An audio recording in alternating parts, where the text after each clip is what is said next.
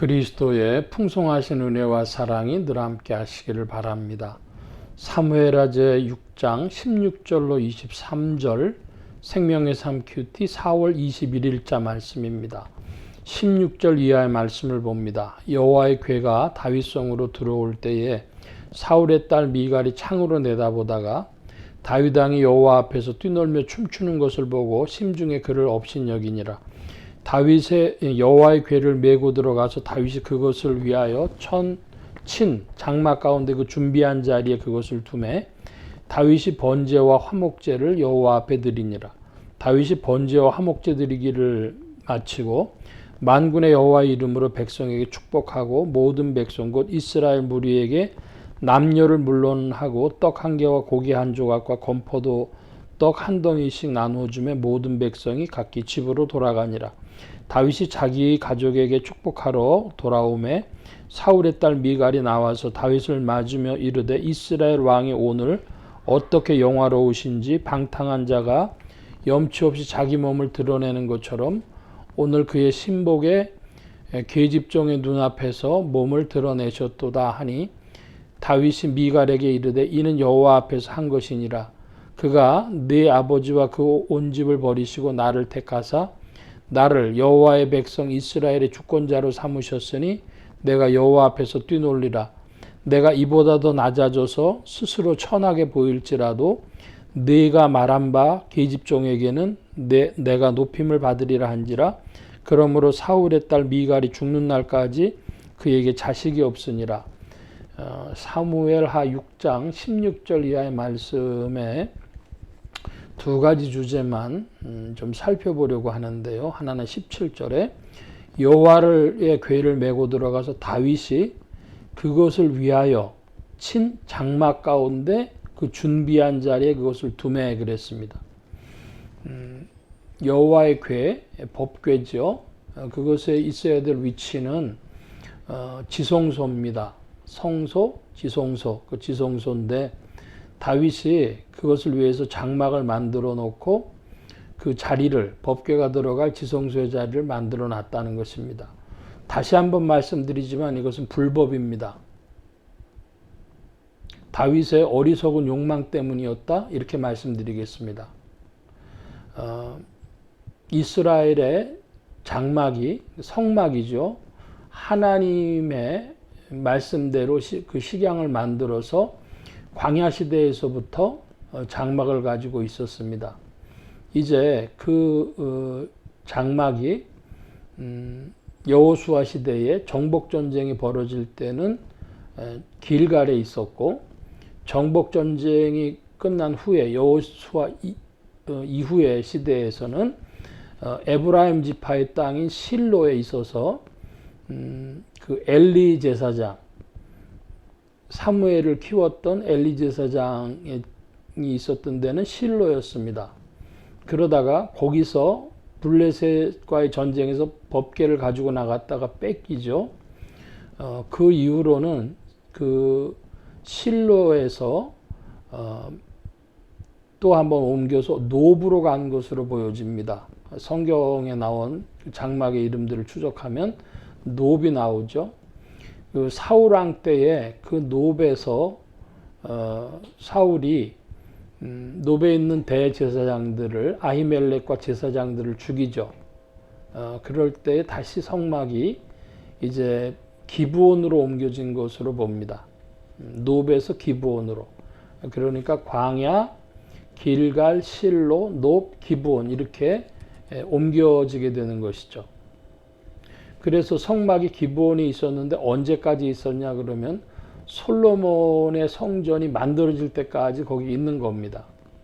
그러면 마땅히 이 법궤를 성막이 있었던 기브온으로 가서 기브온의 지성소에 집어넣어야 되는데 다윗이 사제로 사제품을 만들어 놓고 거기다가 이제 성막을 갖다 놓는 것이죠. 그러니까 다윗의 욕심, 왕궁과 성전을 예루살렘으로 만들려고 하는 다윗의 욕심 때문에 하나님의 성막 제도가 와해됐다. 그런 말씀을 어제도 드렸고 오늘도 그 말씀을 다시 한번 짚어보는 것입니다. 제가 성경을 보면서 성도님들이나 혹은 목회자들한테도 이것에 대한, 웃사가 죽은 것에 대한 의심을 품는 이들이 별로 없어요.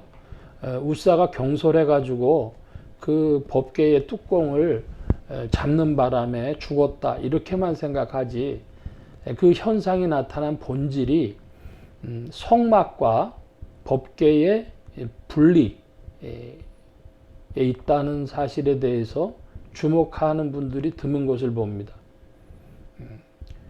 만약에 성전을 짓는다 하더라도 성막의 기능이 되어질 수 있도록 기브온에 갖다 둬야 맞죠. 다윗의 그 왕권에 대한 욕심 때문에 이 일이 벌어진 것입니다. 이 부분을 기억해야 할 것입니다. 자, 그런데 어쨌든 이제 법궤가 예루살렘 성으로 들어올 때 다윗이 너무 기분이 좋아서 이제 막 춤을 춥니다. 옷이 흘러내릴 정도로. 요즘같이 허리띠를 이렇게 묶는 것이 아니라 그 천으로 끈으로 묶듯이 묶었는데 그게 풀어지면 이제 바지가 내려가는 거죠. 그럴 정도로 다윗이 기분이 좋았습니다. 그랬더니 미갈이 그 다윗을 조롱하는 거죠. 어떻게 그렇게 왕이 돼갖고 채신물이 없는 짓을 하시오? 이렇게 이야기를 한 것입니다. 자기 스스로도 계집종이라 그럽니다. 그래서 21절에 보면 네가 말한 바 계집종에게는 내가 높임을 받으리라 그럽니다. 요즘의 표현으로는 있을 수 없는 것이지만 그 시대의 문학권에서 그 왕의 처첩들이 할 수 있는 그런 표현이죠.